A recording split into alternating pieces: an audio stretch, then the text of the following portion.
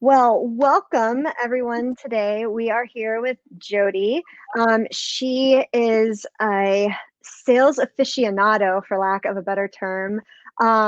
She and I have had many a conversation about sales and client management and relationship building with our clients through the sales process.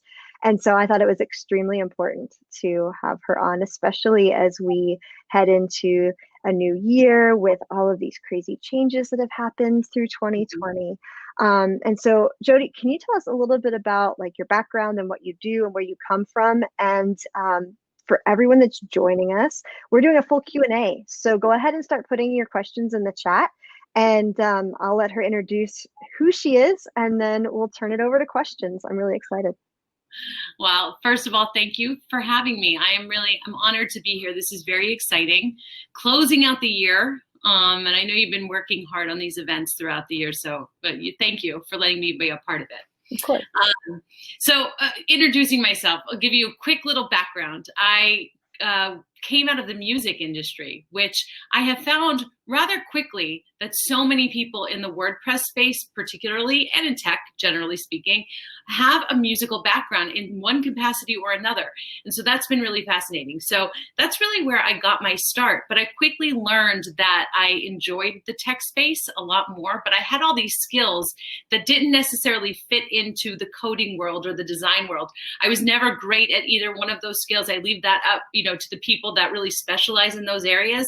But I did find that I enjoyed very much talking with clients and figuring out where their challenges lied, and then kind of translating that almost into some kind of technical project plan, if you will. And so the job really developed over time. I worked in sales for a small agency called Yikes for 5 years to getting my start, like kind of getting my feet wet. So I was with them for a very long time. And then I was very privileged and honored to become a part of Web Dev Studios, which is where I am now. And I started at Web Dev as a client strategist. I was writing project plans, talking to clients. I wasn't necessarily doing sales or getting the contract signed. But quickly, over the course of the last 4 years, that role evolved very quickly. We developed a full sales department. Now my title technically is Director of Business Development. But I still do very much the same things I did when I got my start 10 years ago. And that is talking to clients, figuring out where their pain points are, where their struggles might be, what they like about, we specialize in WordPress, so what they like about WordPress, maybe what they don't like about WordPress, and figuring out really what the best solution is for them, and then figuring out how we're going to make that happen, how we're going to make that a reality for them. But I live in Philadelphia, Pennsylvania. Web Dev Studios is a fully remote company, so we're scattered in 5 countries now, and it is finally snowing here today. So I'm very excited. We're getting about 6 inches in Philadelphia. So I have a crazy question. Yeah. Can you smell the snow coming? Like, yes. People think I'm crazy in Florida that I can smell the rain coming. Like, oh, it's going to rain today. But can you smell the snow coming? For sure. So the sky gets pink before a big snowstorm. The atmosphere changes. The air feels very different. And yes, I don't know. Were you ever a Gilmore Girls fan? Yes, that's why I asked. Yeah, I smell snow.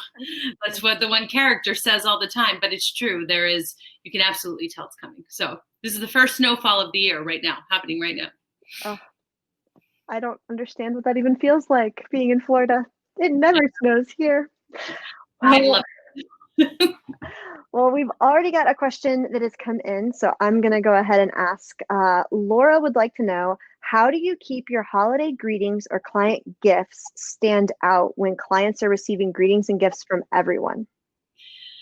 So that's a really great question. And actually, this year, it's even more challenging. So one thing that I did not anticipate in the year of quarantine and everybody kind of working remotely now is how to handle holiday gifts for clients. Prior to this year, we had done gift baskets and or cards for clients. And it was very easy. You sent it to an office and they were assured to get it. And that was a nice way to move forward. This year is even more challenging. So there's a couple answers here. Let's start with normal year, non-2020 year. What do you do to make yourself stand out? I think one of the things that I quickly learned about the space that we work in, because we work in the enterprise space, is that a lot of companies and corporations have different rules and regulations about gifts that they can accept. So number one is you need to find out if there are anything that the companies need to abide by. For instance, we have one client that is not allowed to ever give references, and they're not allowed to accept gifts more than $25 ever. So we could not send gift baskets to individual people there because it was against their policy. So what we needed to think about is what kind of group gift can we send to the office where multiple people can participate in it? And it's very hard with things like food, right? People have allergies. You need to be sensitive to things like that. So that's not always a great option. Alcohol is certainly not always a great option unless you're very familiar and comfortable with the client and you know their likes and their dislikes. So you can't do that. So what kinds of things that can you do? And sending your own swag, I feel, is a little bit self-promoting and not necessarily the best option. You want to send something that says to the client, I appreciate you and I appreciate working with you. So you really need to get thoughtful and creative in what you do. Something like games that the entire office can participate in, like a board game, for example, like making a game night with like popcorn or something like that might be a fun idea. But you really have to think through what you can do for your particular client. I also like the idea of not sending cards and baskets on the holidays, but doing it at a weird time, like 4th of July gifts or whatever. And then that is really a way to send a yearly gift to a client and still stands out and it doesn't get lost in the holiday mess. Or sending it right after the new year when everybody's getting back to the office. Like, hope you enjoyed your holiday, really making it stand out that way. Now that's in a normal year. Oh, I will also say this. Our cards get very creative too. I think when you're a tech agency, you have the ability to be a little bit more quirky, if you will. So like, for instance, one year we actually put my dogs on the card in Web Dev Studio sweatshirts. And that is fun and an interesting way to stand out in a group. All right, normal year. 2020, what do? You can't send gifts to offices because people aren't going to be there. And asking a client for their home address does not feel like a good thing to do. So you're limited in what you can do, and you have to use do things electronically. So sending e-cards. But I think that e-cards, I know that they get overlooked. So I love the idea of a thoughtful letter from the CEO or COO going out to your clients in an email form, electronic form. I think that that's a really beautiful way to do it, or a graceful way to kind of handle things this year. Also, there are some really great sites out there that allow you to put in a person's email address or phone number and send them a gift. And when the person gets the notification that they're receiving a gift, they can set up pickup or shipping options themselves, and the sender will never see that. So it's kind of like a safe way to send a gift to someone. But I really think that this year, people probably don't even want to get packages to their house because of COVID. So you really are limited to gift cards electronically, letters electronically, or cards electronically. That was a very long answer, but this has actually been top of mind for a few weeks because we're at the holiday season. For sure. I feel it. So like we've gotten a couple of cards this year, but most of what we've gotten has been like just me personally that I've seen come through the door, even from friends. Instead of getting those Christmas cards like we've always gotten just friend to friend, it's literally been e-cards and things like that. And I get it. It's difficult. It's different. It's weird. Laura has an interesting thing. She loved getting coffee of the month from a vendor. Oh, yeah. That way it comes every month, which is another way to stand out. But again, right now it's really difficult. Yeah, it is really difficult because it goes back to this idea of where can you send it? When are people going to be back in their offices? No one knows the answer to that question, right? And so that's the other thing. If you're working in an enterprise space, so for us, let's say Campbell's Soup is one of our clients, right? I work with 10 people at Campbell's on a very regular basis. Every week, I'm probably talking to that same group of people, each of them just as important as the next. And so that would be 10 individual gifts. Not that I would mind doing that, but I can't get their 10 addresses anyway. So these are the kind of challenges we didn't see before. So it's a whole new era when it comes to holiday gifts for clients.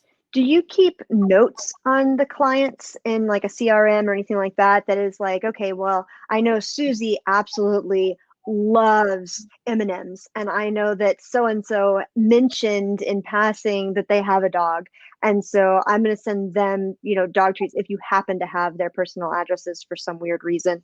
Do you keep notes like that so that when other times arise, you have the ability to kind of bounce and lean on those notes? 1000%. I think so much what I do in sales is old school still. I came from the grassroots marketing era of things in the music industry, flyering cars, putting up posters. Those are the kinds of things that we did. And I still believe so much in all of that.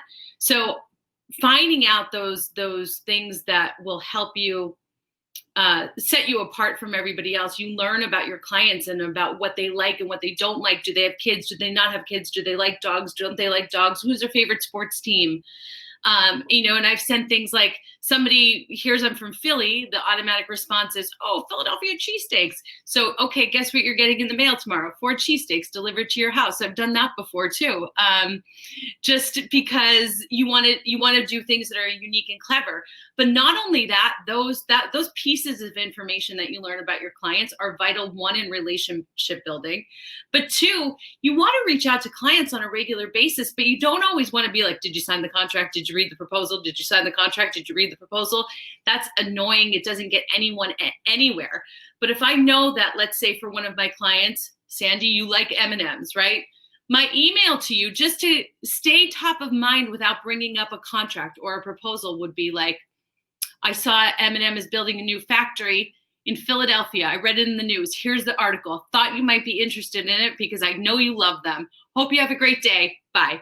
And you move on, right? So you're sending an email to touch base with them again, to keep contact with your client, but you're not being pushy, because it's not, sometimes you do just want to be on the top of their inbox to remind them gently, hey, we have an open conversation here that we need to close somehow.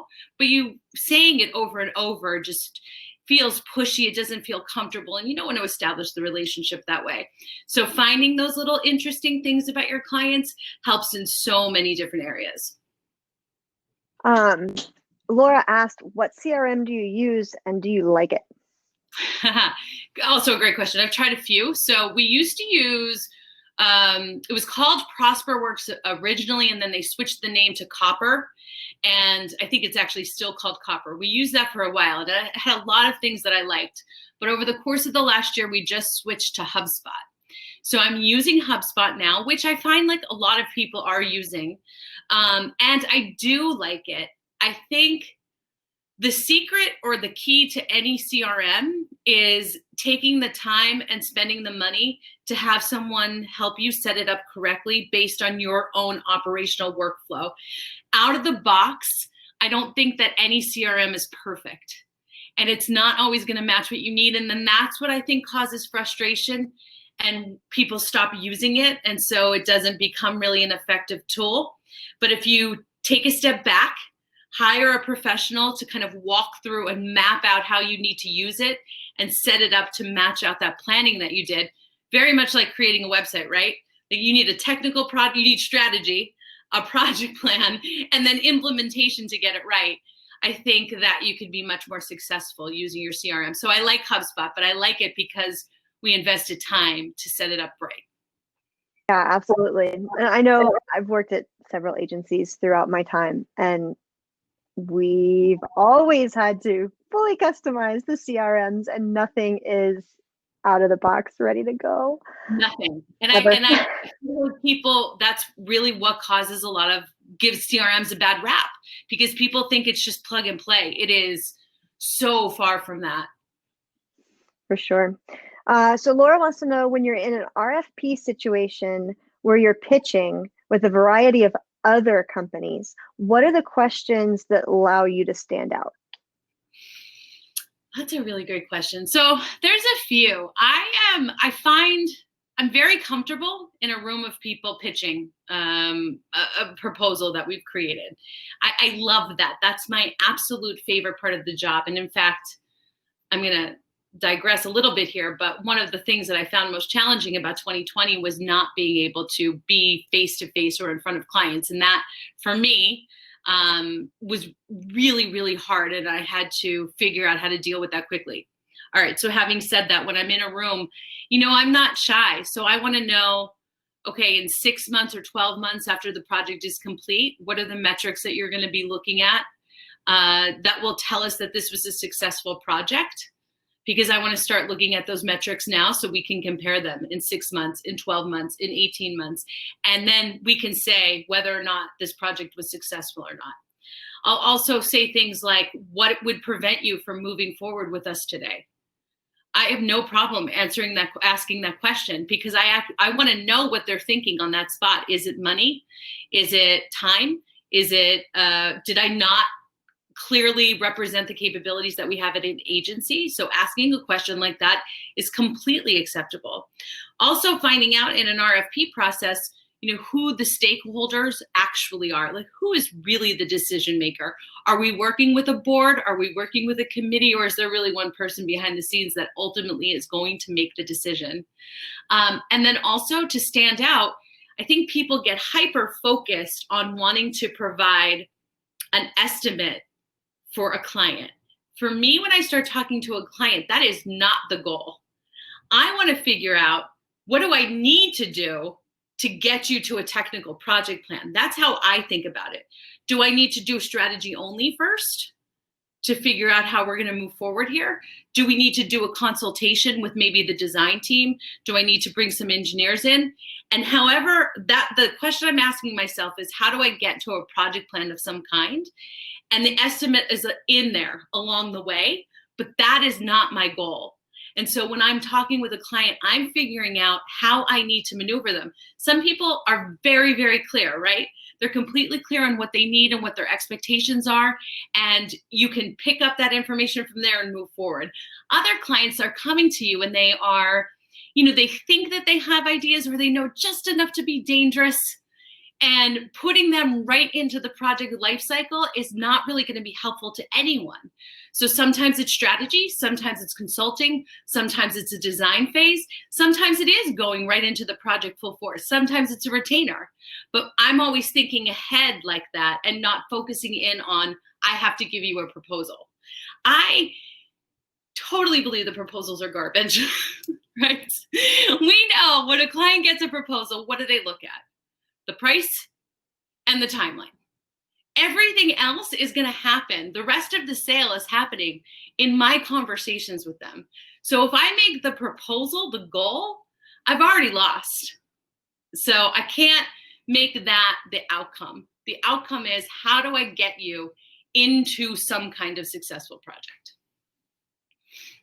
So in all of this, you've had to shift to a lot of virtual things. Yes.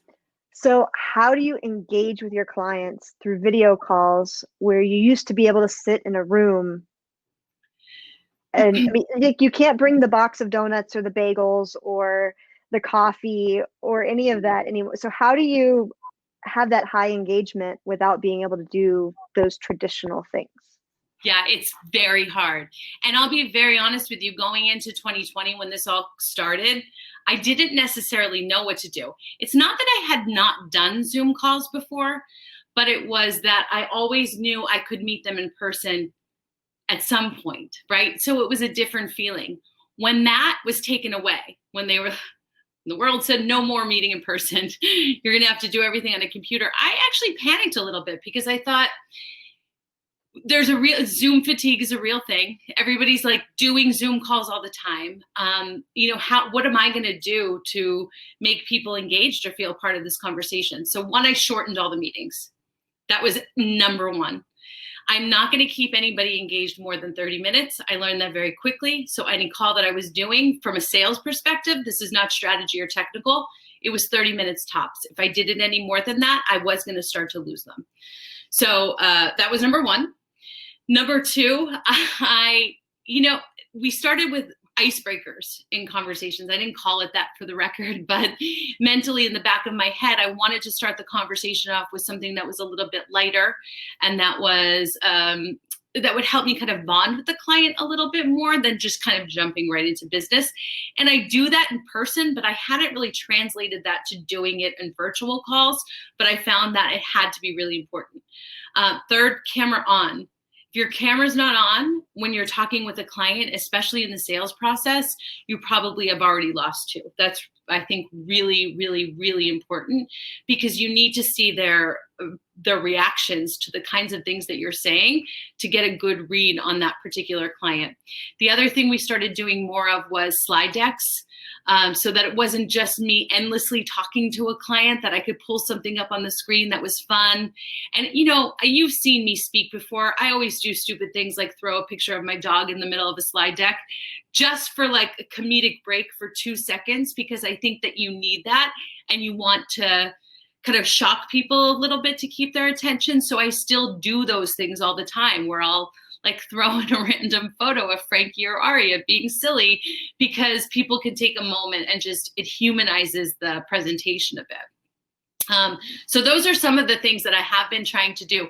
Also, I think you have to limit meetings, the amount of meetings that you have with someone, right? And so there is more written communication with clients because there's less face time. And I needed to be really thoughtful about that too. I've been spending a lot of time thinking about how I structure and write my emails, because I was very much a passive writer. And I needed to stop doing that. And I've been really focusing on that the last couple of months. That's really important. And I've noticed just internally, I'm doing the same things, because there's internal sales processes as well when you're trying to sell an idea or pitch something new or whatever. And those same skills that you have to hone can be used internally as well. So we have another question in the chat. What were the challenges you faced with getting people in your company who are technical to understand that you have a skill set that may not be PHP or HTML, but you have a valued experience set that is different from theirs? For example, you speak client and understand their needs and the questions to ask and what they are really saying better. How did you address those challenges? This is a great question, because it's a real problem, right? What I did, one of the ways that I did it, and honestly, probably I think the most effective way that I did it, not that it was perfect, but it was definitely a move into the right direction. 2 years ago, when we have a WDS camp every year. It's when the whole company, because we're remote, is able to get together for 1 week out of the year and spend time in a physical space together. So this was 2018 or 2019. I asked our execs if I could do a presentation on business development during WDS camp. And they agreed. And no one had any idea what I was going to speak about or what I was going to say. But they gave me an hour, and I was very grateful for that. So I did a presentation on why business development is everyone's job. And I talked about how the difference between a cold lead and a warm lead and how I do sales. And I did all of that. And then I went into slides where I found this tool, and the name is escaping me, but I will think of it. It was something you can embed into your Google slideshow, and people on their mobile phones can pull up and answer questions or put in options depending on how you formatted the questions, right? So the first thing I said was, who was your favorite client that you worked with in the last year? And everybody started answering. And then in real time, you could see on the slides, it started to make word bubbles and clusters. And it was very quickly obvious that most people had one favorite client. And then the second question was, okay, so I knew, by the way, what the answers were going to be. I had an idea, and I was luckily right. So the next question was why was that your favorite client? And people put up answers, and the word bubbles appeared and whatever. And then one of the reasons was because of the woman that we were working with there. So I used her and explained how she is a user story for Web Dev Studios. I said, you love her. You love her, that client. You love the work that we did there. Why? This is who she is. This is what she represents. So if you're out in public and you see someone that is like her, I want to talk to them. And that's who you're going to introduce me to. And then we offered an incentive for anybody that brought in leads. They would get, commission on that particular lead if I was able to sell it. And when they started talking to people and making introductions, I had engineers come up to me and say, this is so much work. Like, it's very exhausting to talk to people like this. Or, some of these engineers were promoted to lead positions on their projects, and they had to interact with the client as the lead. And they got a really clear understanding of what it meant to engage with the client on that level. And I think we developed a mutual appreciation after that. I felt like things shifted a little bit, or things changed. People started to feel more invested in the business development world at the company. And that was completely evident right away. People were sending me leads left and right of people that they were talking to. And they were excited about it because they knew they were contributing to the overall success of the company. So that was one very tangible thing. Why business development is everyone's job. It's not just me. And I always make it very clear when I'm talking to the team, my job is to sell you. That is what I do. I'm not selling our code. I'm not selling our, the past work that we've done. I'm selling you, the skills of our engineers. And I think quickly we all developed a very mutual understanding of each other's roles. And the engineers here are so brilliant and wonderful. And it's just, I feel we all respect each other so much. I'm very lucky. We have a great group. Is awesome. And it's so true because it is so much work. People have told me before, they're like, Sandy, you're good at sales. And I'm like, but I hate it. So I'm not. Literally like being on stage 8 hours a day. That's what I equated to. So anyone who's done theater work or was in performance in any capacity, imagine doing an 8-hour play a day. There is an exhaustion that comes with it. But the good thing is that the next day I'm completely energized and ready to go again. Exactly. So what are some of the challenges selling in a small agency versus in a larger agency? Well, the clients are there was a huge learning curve. So because I'm not a developer or an engineer, I'm not working on code every day. So I don't know everything, and I wouldn't want to pretend that I know everything. I think on a high level, I understand most of the technical concepts, but there's no way that I'm going to understand it as much as, say, an engineer does. So working at a small agency, though, I could build a WordPress website. I could, make a widget at the time. I could do those things. And so I felt very comfortable talking about the technical aspects of all of that. Now at a larger agency, we get some of these projects and I'm like, I have no idea what you're saying right now. I hear the words and I could probably define all of them individually, but the way you're putting them together, I got nothing for you. It's so advanced and it's so technical that I bow to our engineers and let them run those conversations because I wouldn't want to, it would be more harm for me to try to translate what the client is telling me to them. So I bring them in immediately. And that I found to be one of the most interesting things about working in this space because the work that we're doing is so advanced. We're talking about headless installations of WordPress and the things that we're doing with React. It's mind blowing to me. And I think that a good business development person understands when they've reached the end of their knowledge line and have to pull in like support to get the full message across. So I have no hesitation to pull in design, project management, engineers, marketing, whomever it is, into the conversation because I know that they can handle that piece better than I could. Sure. Yeah. And it's like the smaller agencies you're dealing with, I just want to sell the gizmo. And now you're saying, I want the gizmo to talk to the gadget that talks to the widget that does the thing. And then it's going to output this thing over in this manufacturing facility that they're going to manufacture the thing. And then I want the shipping information to come back kind of like that. Yeah, it's not one site. I'm never talking to a client right now about one site anymore. That's just kind of like an antiquated way of me doing sales. Now it's, I have 100 sites and it needs to be a multi-site and they're all going to be in 17 languages. But that's a normal client these days. And some of those things they're very intricate. For sure. For sure. So for someone starting off in a biz dev role, what are some of the key takeaways when it comes to just kickstarting? I mean, also think we also have freelancers and things like that watch these videos. So like, Yeah. what are some of those like top takeaways that's going to lighten their load a little bit? Use your network. You have to use your network, and it's going to be uncomfortable. I always tell everybody to watch. There's a TED Talk by Amanda Palmer.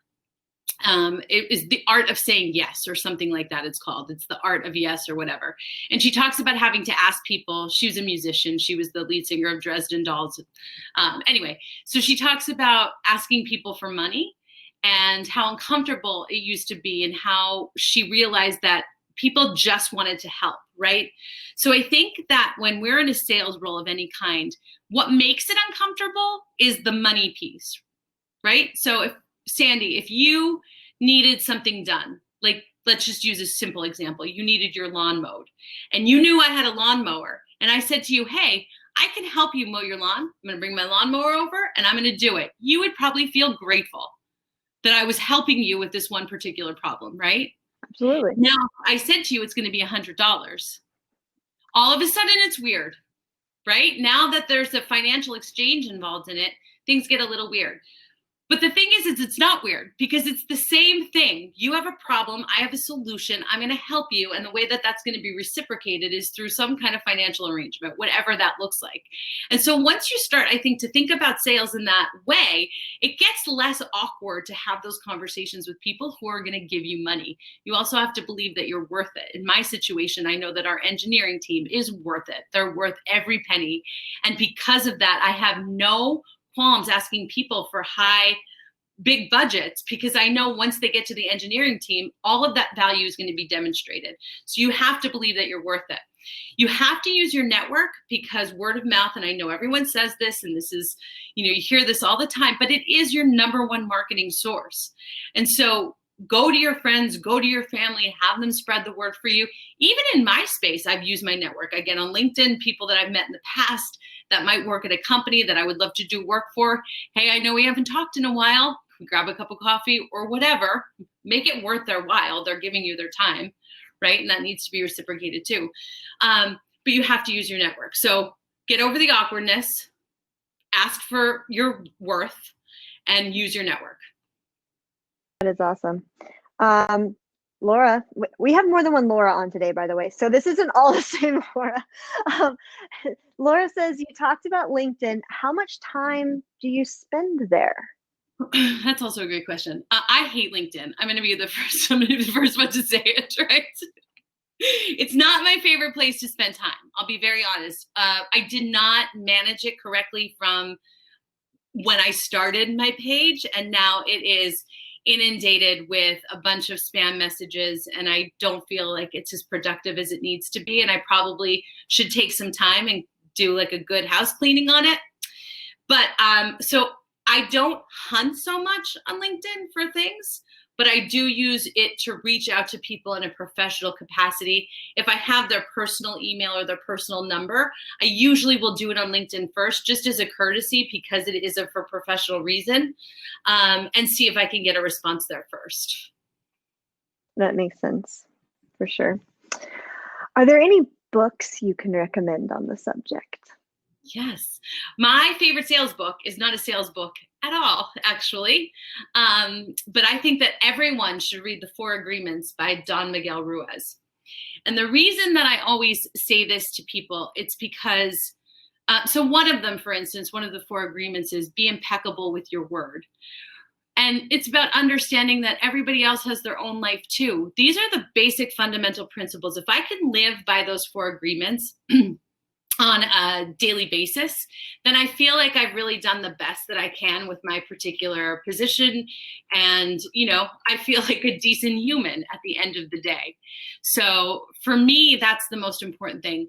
There's 1,000 books out there about sales and business development and all of those things. But honestly, it's about being able to have the best conversation with somebody. So the 4 agreements are: be impeccable with your word, don't take anything personally, don't make assumptions, and always do your best. And to me, that's it. At the end of the day, I could just do those 4 things, I'm doing my job well. Sounds like an amazing book, and I am bookmarking it so that I can go get it myself. So thank you for for mentioning that one. Um, we live in a very remote world right now. Do you have any tips on working remotely? Because you're working with multiple teams. We have a lot of freelancers who work with multiple other freelancers because they're within a freelance network. What are some of those tips for working remotely and kind of easing that burden of the back and forth? Yeah, so one thing that we talk about here at Web Dev a lot is Slack communication. So we use Slack to communicate with one another. And, there are people, you need to respect people's boundaries when it comes to Slack. So for instance, if somebody has do not disturb up, it doesn't mean that you can't send them a message. It means you're not going to get a response, and you need to be okay with that, right? So I think that using those away messages on Slack is really important. Respecting boundaries on Slack is important. Not doing things like at here when it isn't something that's necessary, or at channel, right? Yeah, you have to use those sparingly, right? And so that's number one. Number two, using a project management system and keeping all communication in one system as opposed to trying to manage things via email. For me, I would never use email again if I didn't have to. I want all client communications to be in Confluence. I want team communications to be in Slack. And that makes me very happy because I can organize things and I can compartmentalize it. So that's the other thing, because things get lost in email really, really quickly, right? So project management tools, CRM, internal communication, whatever that may look like. So if it's Slack or whatever it is that you're using for your team, having rules or guidelines, rules is not a great word, having guidelines on how to use all of those things effectively, and then just making sure that everybody kind of honors and respects those collectively is a really important thing.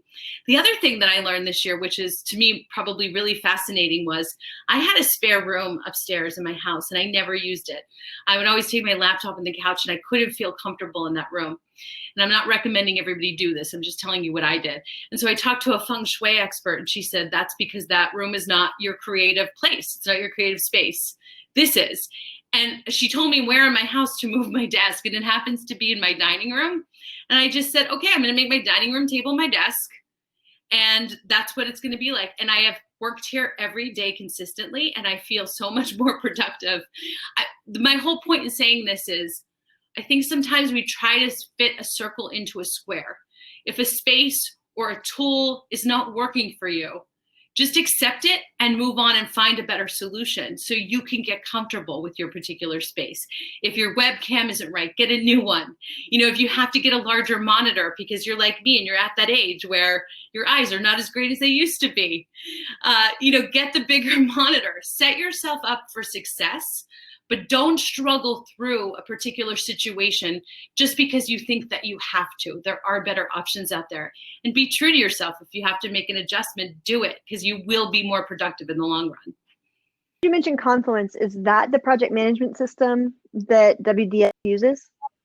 Yeah, so we use Confluence and Jira, the Atlassian suite in general. Right. And how do you like that? It's a learning curve too, right? So you can't just jump into Jira and Confluence on day one and expect to be an expert. So we provide a continuing education for folks too, so that if they wanted to learn more about how to use Jira and Confluence effectively, they could. And I recommend that everyone do that. So we have our director of project management, Christina, is amazing when it comes to the Atlassian suite. She did a training with all of us, and that was super helpful. So it took me some time to kind of get comfortable with it and I'm by no means an expert, but now that we are using it, to have one place for all client information, it's amazing. You could go to that one space and find everything that you need. That's awesome. That's one of the things that I know at every place I've worked has always been a struggle, because there's always that one or two people, that is like, well, I don't really know that I like it. And I'm like, well, you don't have to like it. Well, I realize that I'm kind of contradicting my last thought, which is if something isn't comfortable, change it, right? And I should say that there are exceptions to that rule. If your company as a whole is using a tool, I understand that you can't just change it, that those, sometimes you have to suffer through those, right? But I don't think you should just suffer. I think you should ask for help like I did. Get training, get continuing education, find how to use it correctly. Because that in a situation like that, it's for the greater good. Your office space is for you. A tool that your company is using is for the benefit of the whole company. Absolutely. And just a curiosity question with your office space, do you find yourself having more productive time when you set, like, I'm going to work from 8 till 1 or 8 to 2 or whatever that time that you're blocking out, and you're going into your office and working, and then when you're done, leaving the office, so Yeah. that you're still having almost like that in-office, out-of-office flow? So it's interesting. My role is very weird because so much of my day is spent on phone calls with clients. I have a hard time switching gears. So if I do 3 hours of calls, it's very hard for me to switch gears and work an hour on a proposal and then go back to phone calls for 3 hours. I'm not great at that, and I'll be the first to admit it. So some days I'll look at my calendar. If it's back-to-back calls, I kind of come to terms with the fact that I'm probably not going to get much paperwork or admin work done on that day. And then I might take a few hours like in the evening or a weekend to kind of focus or zero in on that stuff because that requires more attention. I'm okay with my work and life blending. I know it's not for everyone, but in my particular situation, my job is part of my life. That's the way that I look at it. It's not really it's not a separate thing from me. I am, a musician. I am a reader. I'm a dog mom, and I'm a director of business development. And to me, not that they all, obviously my dogs are the most important thing in my life, but to me, they're all things that make up parts of me. And there is, sometimes there's a time frame on it, but for me, work is just, I don't know. I'm not a 9 to 5 kind of person. I actually like those still hours in the evening when no one else is online and I could kind of focus in and get some work done. I love that, actually. So maybe I'm weird. I don't really know. But I've always had a very hard time with the whole concept of work-life balance. It's probably a whole other conversation. I believe it. I believe that some people need that, and I think that it's very important. But for me, my balance comes in understanding that all of these things are pieces of me, and they're never going to be balanced. Some weeks, it's going to be all about work because I have deadlines to meet, and I have new business that I need to bring in. And some weeks, like next week, I know going into the holiday, I'm not going to hear from anyone. It's going to be completely slow. So I might take a longer lunch or go for a longer walk because I have the ability to do that. So for me, that's how I look at it. It's just all parts of my life. Yeah, I'm similar in that I enjoy writing that pitch or whatever I'm doing while I've got, either the TV on in the background or listening to the kid play a musical instrument or whatever, since now I have a teenager. That's a whole nother story. But yeah, no, I feel you. And my job is part of who I am. I mean, when we're traveling, and you travel almost as much as I will be. So I totally feel you there. So we have an interesting question. Aside from sending cheesesteak sandwiches, what is the most outrageous or creative thing you've done to either land a sale, close a deal, or simply keep a client coming back for more? What is the most outrageous thing that I did? Well, cheesesteaks has kind of been my new thing. And so I've been like surprising people with them. For instance, the last time I did it, our client, the NBA, was working really late at the office. And I sent it to them at night so that they could eat it there together. And they were really excited about that. And that was thrilled. But I'm trying to think, what did I do crazy to land? I don't know if I've done anything crazy. I wish I had a good answer here. I wish I had a really great story. And maybe that's my goal for 2021 is to come up with like an outlandish, like I parachuted onto the roof of their building or something, right? But I'm very fortunate that I work with such a brilliant team. I don't take credit for any sales myself. It is always a group effort. And so I'm very much aware of that. So what I do is I just get the right people in the room and facilitate the conversation. And I know that that's very much a part of my job. So it's not crazy, but I always am aligning personalities or trying to think of unique ways to just, taking people out for dinners or we had one client that said he hadn't had a really great steak dinner in such a while. So we went up to New York, got the whole office, made a reservation, and took them all out for a steak dinner. And those little gestures go a long way. Oh, I had one lady, she was from England, and they had locations in England and they had locations here in the States. And we were in New York, and she said that she loves, there's so many things that she loves about England and so many things that she loves about New York, but the one thing was oatmeal cookies in New York were so much better than the oatmeal cookies in England. And so I had a whole like container, dozens of oatmeal cookies taken to her right before she was getting on the plane to go back to England so that they would be fresh and that she could eat them on the plane and have some when she landed for her family back in England. So I've definitely done things like that. That's really cool. Laura, who is very familiar with most of these major cities because she showed me around New York and Philly personally. Thank you, Laura.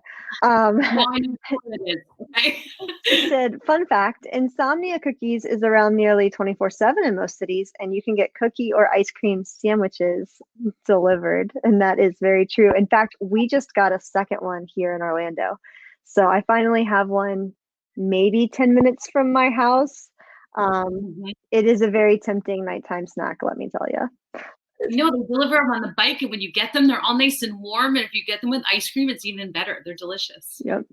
So another question. You've had a varied career. How did you know when you were ready to change gears or knew you outgrew your current situation?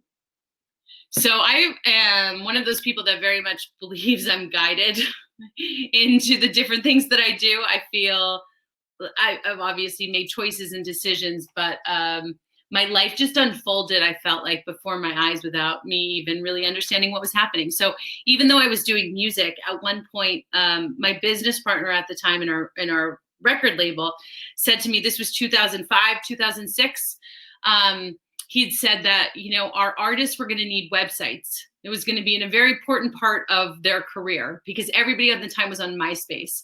And one day we were all going to wake up and MySpace was going to be gone. And what would these artists do? I was like, that's a very valid point, but I can't imagine MySpace ever going away. So the next weekend, actually, we were talking about we were just playing around on the computer, and we learned about WordPress. Never heard of it before. I downloaded GIMP, which is a free kind of like Photoshop knockoff, if you will.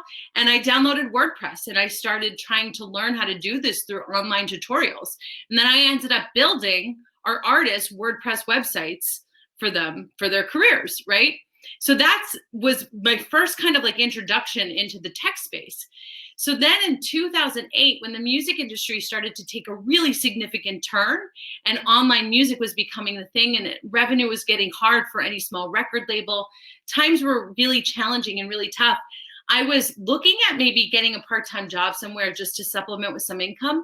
And I stumbled, and I'm not even exaggerating, I stumbled upon a job opening for an agency looking for somebody to sell WordPress. And I thought, well, I've done sales my whole life, essentially in the music industry and like other places. And now I know how to build a WordPress website. Maybe this makes sense. I'm going to send a resume in and see what happens. And they, for some reason, called me for an interview. And I still to this day don't know why. But I hit it off with them so much, they were willing to take a chance on me. And I stayed there for 5 years. And then I made the transition over to Web Dev Studios. And it was easy for me to say goodbye to the music industry and hello to the tech space because I was so much better at this. So it was actually a very graceful, easy transition for me. Really cool.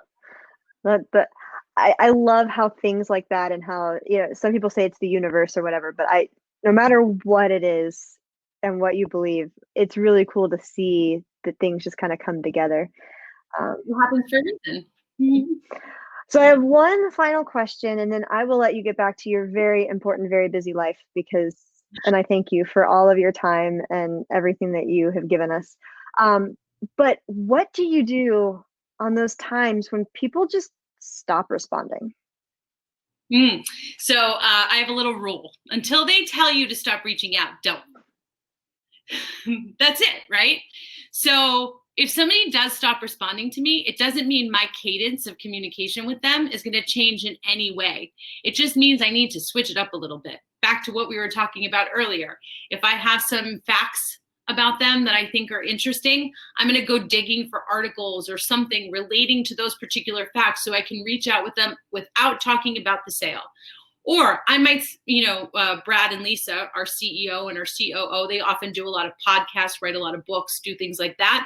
I might just reach out and say, hey, Brad did this new podcast. Thought you might be interested in hearing it because we were talking about X, Y, or Z on our call, and just send them that. So until they say I'm done, to me, it's still an open door. And you have to get okay with doing that, right? I'll spread my communications out. I'll vary them. But somebody not responding is not a no. It's just, hey, I don't want to talk to you right now.